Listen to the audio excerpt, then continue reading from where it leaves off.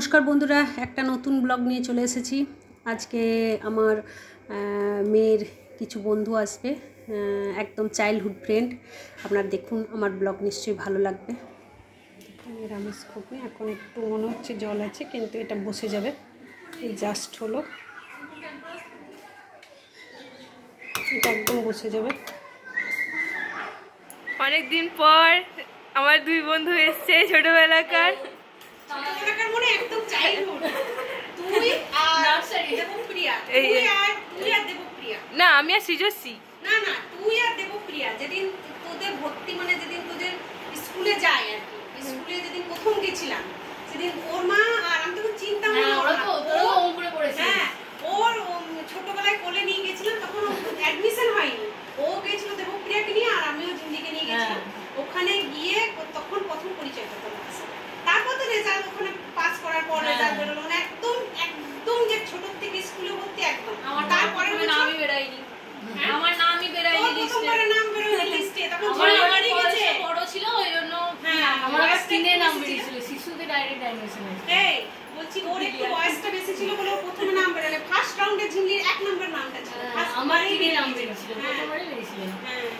তখন আমি বলছি বসুধারা পড়তানি, ওর বাবা বলছিল যে এত ছোট বাচ্চাকে আপনারা শিশুতে ভর্তি করবেন, রংপুরে ভর্তি করে দিন। মানে আমার বয়সটা আরো কম ছিল, ধর হ্যাঁ 5.5 বছরে ওয়ানে পড়েছি আমি। এই আমিও 5.5 বছরে ওয়ানে পড়েছি। হ্যাঁ তোরা 15.5 বছরেই তোদের মাধ্যমিক হয়ে গেছে। কেন বলছি, মাধ্যমিক এই এইচএস দেওয়ার পর 18 হয়েছে আমাদের। আমারও এইচএস দেওয়ার পর 18 হয়েছে। এই জন্যই তো কন্যাশ্রী পেলি। কন্যাশ্রী হ্যাঁ ঢুকে গেছে 25,000। এ বাবা জিনি গো, হ্যাঁ ঢুকে গেছে।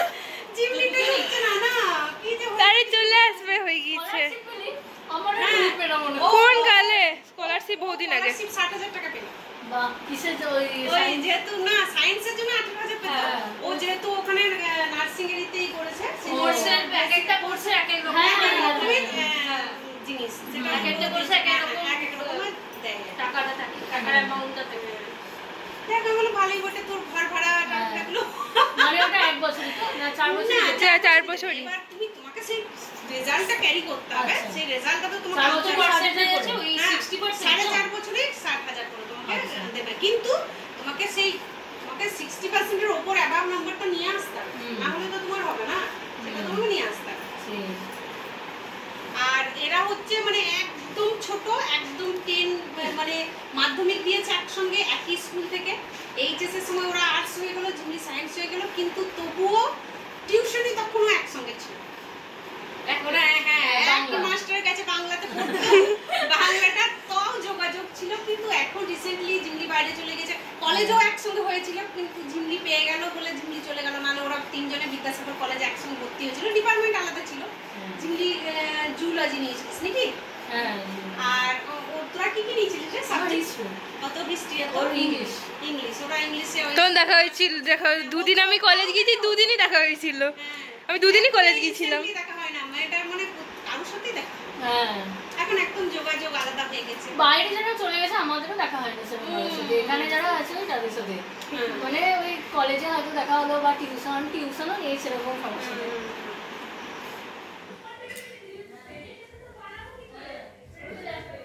একটু করে আমচুর পাউডার দিয়ে দিলাম, খেতে টেস্ট লাগে। লেবু দিলেও হয়, একটু আমচুর পাউডার দিলাম, লেবুও আছে।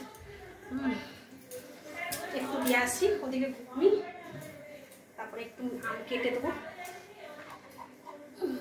ঠিক আছে, হ্যাঁ এসো। আমার বেটুর জন্য একটু মুড়ি মেখে দিলাম, একটু ঘুগনি ওকে মেখে দিয়ে আসি।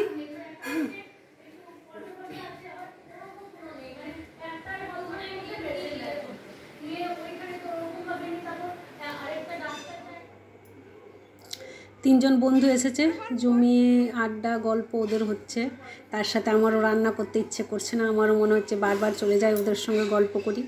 আমিও ওদের সঙ্গে অনেক সময় কাটিয়েছিলাম। হ্যাঁ, আসতে তখন খুব গল্প হতো, সাথে মিষ্টি।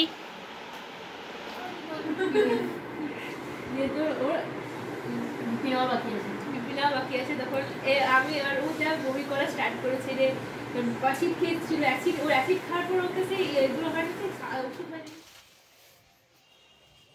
কি করছিস? এই যে আম পাচ্ছি, আমি একটু পারি কি গাছ করছে, কি করতে হবে।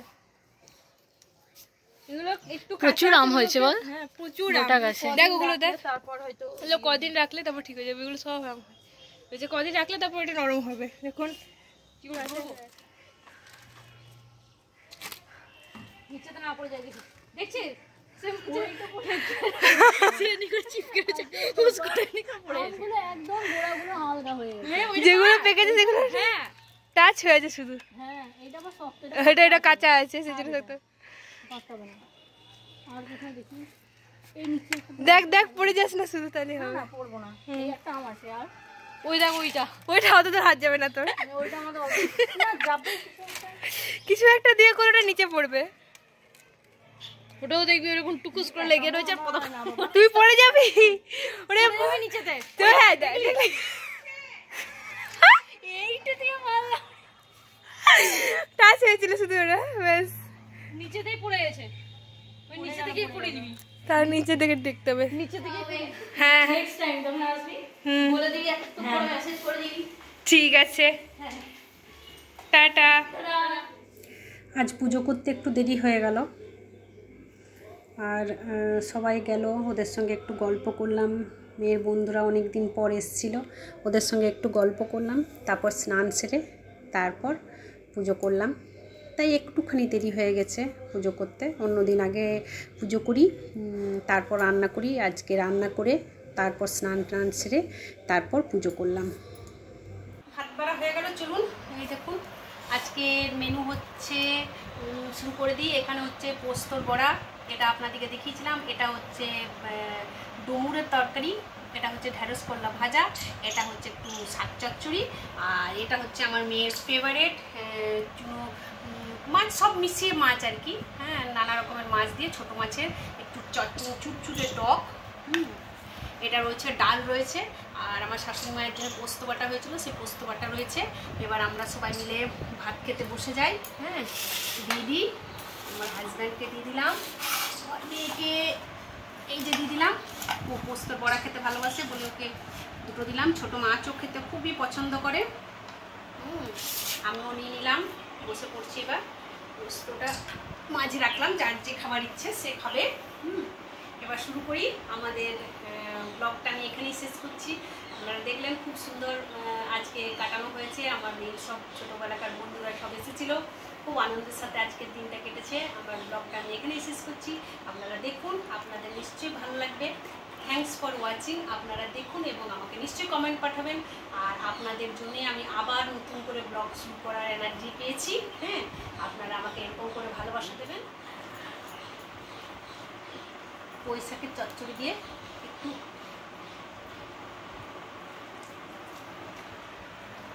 ভালো হয়েছে।